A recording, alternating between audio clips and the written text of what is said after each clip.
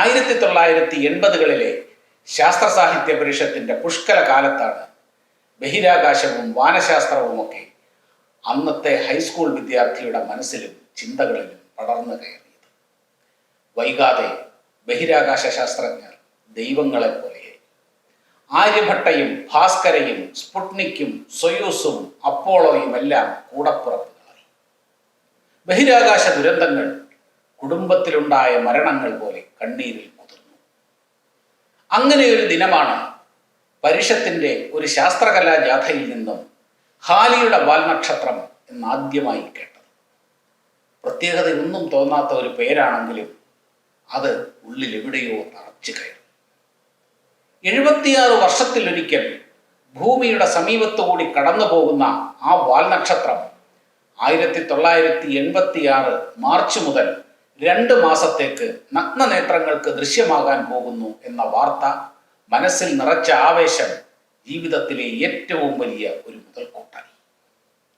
SSLC പരീക്ഷ കഴിഞ്ഞ ആരവം ഉള്ളിലും പുറത്തും തിരതല്ലുന്ന ഒരു സായന്തനത്തിൽ ആകാശവാണിയിലൂടെ ആ വാർത്തയും ഒഴുകിയെത്തി.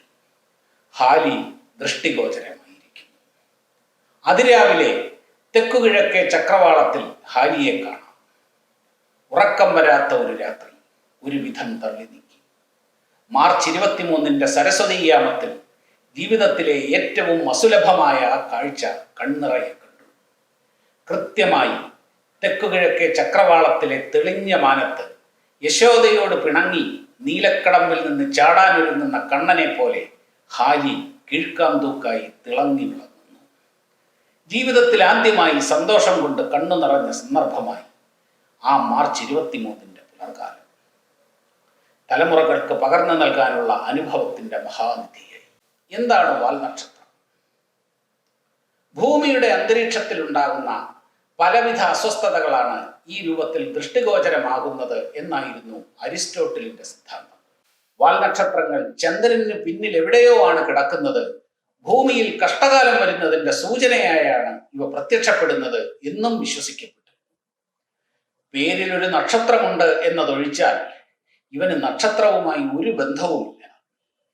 കടലാടിയിലെ കടൽ പോലെ തന്നെ ശൂന്യാകാശത്തിന്റെ ഇരുണ്ട അഗാധതകളിൽ ഗതികിട്ടാപ്രേതങ്ങളെ പോലെ അലഞ്ഞു നടക്കുന്ന പ്രപഞ്ച വസ്തുക്കളാണിവ.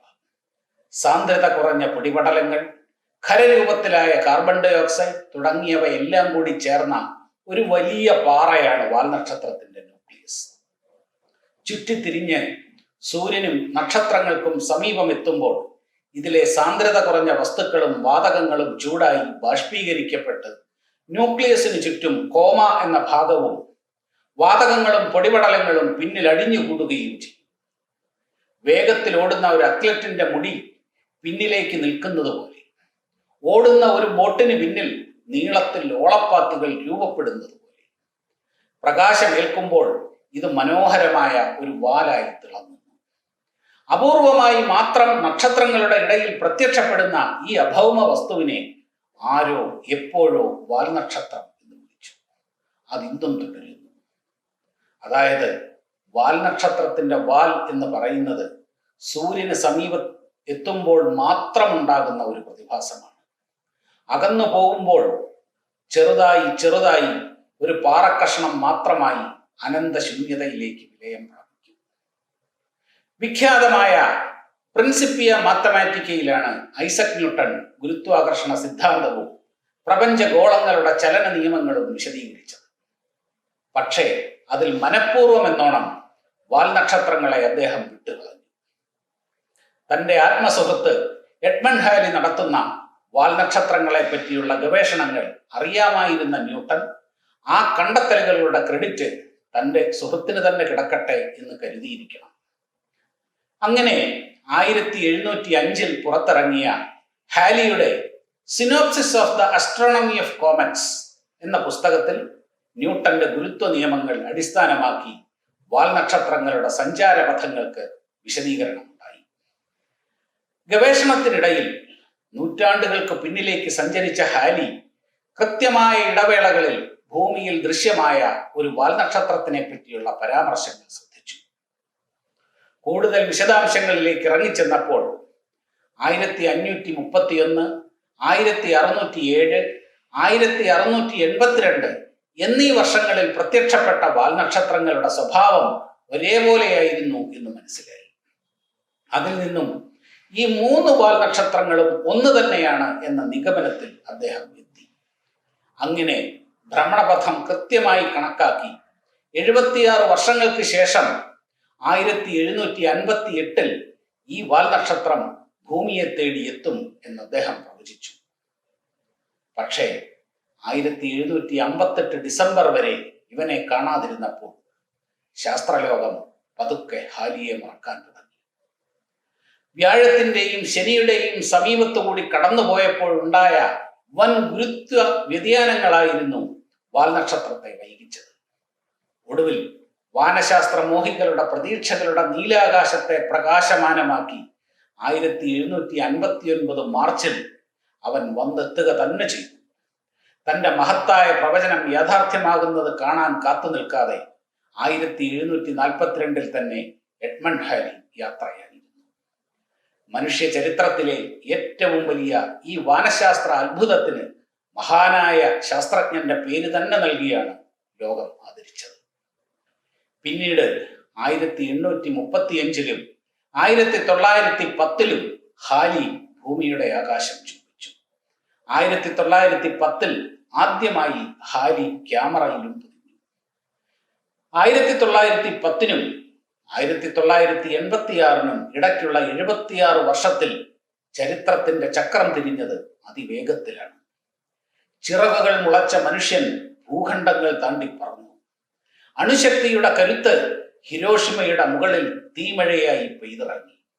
2 ലോകമഹായുദ്ധങ്ങളിലൂടെ രാജ്യാതിർത്തികൾ മാത്രമല്ല, മനുഷ്യന്റെ ചിന്താഗതികൾ പോലും മാറി മറിഞ്ഞു. ന്യൂട്ടൺ എന്ന വടവൃക്ഷം ഐൻസ്റ്റീൻ എന്ന സൗമ്യതയ്ക്ക് മുൻപിൽ കടപുഴകി. മനുഷ്യന്റെ വിജ്ഞാന തൃഷ്ണയും കഠിനാധ്വാനവും അമ്പിളിമാമനിൽ വരെ വിജയക്കൊടി നാട്ടി. നിതാന്ത ജാഗ്രതയുമായി നമ്മുടെ ആകാശദൂതന്മാരായ കൃത്രിമോപഗ്രഹങ്ങൾ സൗരയൂഥം വരെ താണ്ടി. 1986 ഹാലിയെ വരവേൽക്കാൻ നാസയും യൂറോപ്യൻ സ്പേസ് ഏജൻസിയും സോവിയറ്റ് യൂണിയനും വൻ തയ്യാറെടുപ്പുകൾ തന്നെ നടത്തിയിരുന്നു.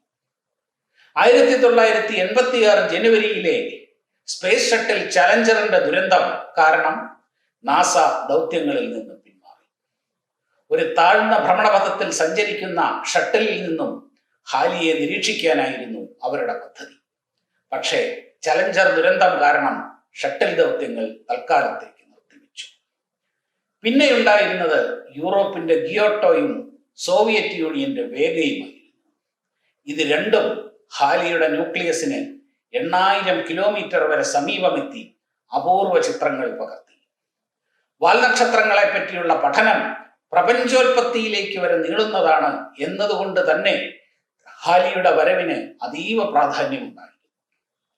ഇത്രയെടുത്ത് ഇത്രയും സമയം ഒരു വാൽനക്ഷത്രത്തെ കിട്ടുക എന്നത് ഇനിയും 76 കൊല്ലത്തിനപ്പുറമാണ് എന്നത് പ്രാധാന്യം വർദ്ധിപ്പിച്ചു. 1 മാസത്തോളം പുലർകാല ഗഗനത്തെ പ്രകാശമാനമാക്കി ഹാലി തൽക്കാലത്തേക്ക് കണ്ണിൽ നിന്ന് മുങ്ങി. ഇഷ്ടൻ ഭ്രമണത്തിനിടയിൽ സൂര്യന് പിന്നിൽ ഒരു ഒളിച്ചുകളി നടത്തിയതാണ്. 3 ആഴ്ചയ്ക്ക് ശേഷം സന്ധ്യമയങ്ങിയ ആകാശത്ത് വീണ്ടും ഹാലിയുടെ പ്രപഞ്ച നടനം തുടങ്ങി. ഇത്തവണ വാൽ പിന്നിലൊളിപ്പിച്ച് ചന്ദ്രനേക്കാൾ ഇത്തിരി കൂടി വലിയ പ്രകാശമായി. 1986 മെയ് പകുതിയോടെ പുലരിയുടെ 17ാമത്തെ കാറ്റിൽ മാഞ്ഞു പോകുന്ന പത്മരാജന്റെ ഗന്ധർവനെ പോലെ ഹാലി കണ്ണിൽ നിന്ന് മറഞ്ഞു. ഒരു ജന്മസാഫല്യത്തിന്റെ നെടുവീർപ്പുകൾ ഈ ചെറുകോളത്തിലെ വാനശാസ്ത്ര ഭ്രാന്തന്മാർക്ക് നൽകിക്കൊണ്ട് 1986 ജനുവരിയിൽ അറ്റ്ലാന്റിക്കിന്റെ ആഴങ്ങളിലേക്ക് കൂപ്പുകുത്തിയ സ്പേസ് ഷട്ടിൽ ചലഞ്ചറിന്റെ കണ്ണീരോർമ്മകൾ 3 മാസത്തിന് ശേഷം ആനന്ദാശ്രുക്കൾക്ക് വഴിമാറിയ ഈശ്വര നിയോഗം. ഈ തലമുറയിൽ ജനിക്കാൻ സാധിച്ചതിന് ഈശ്വരനോട് നന്ദി പറയാനുള്ള കാരണങ്ങളിൽ പ്രഥമ സ്ഥാനം തന്നെയുണ്ട് ഹാലിയുടെ വാൽനക്ഷത്രത്തിന്. എത്ര പറഞ്ഞാലും മതിയാവില്ല ആ മീനമാസ വാനം നൽകി